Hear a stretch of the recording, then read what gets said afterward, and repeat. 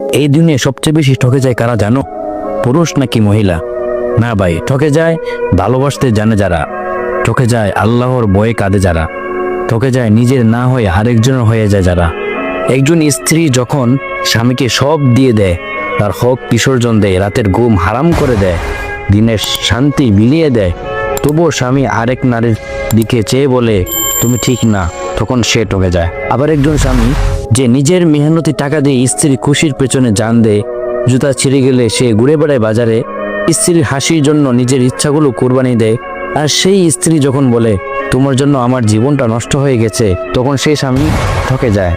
এই দুনিয়ায় যারা ভালোবাসে আল্লাহকে, জীবন কাটিয়ে দেয় হালাল আর হারামের ফারাক বুঝে, আখিরাতের জন্য প্রস্তুতি নেয়, আর শেষে সমাজ বলে বেকার, মূর্খ, সোজা সরল, তাদের কেউ বুঝে না, তারা ঠকে যায় এই দুনিয়ার বিচারে, কিন্তু আখিরাতে তাদের জন্য জান্নাতি দরজা খোলা। সুবহানাল্লাহ। এই দুনিয়ায় ঠকে যায় সেই পুরুষ যে নারীর ভালোবাসা বুঝতে পারে না, ঠকে যায় সেই নারী যে এক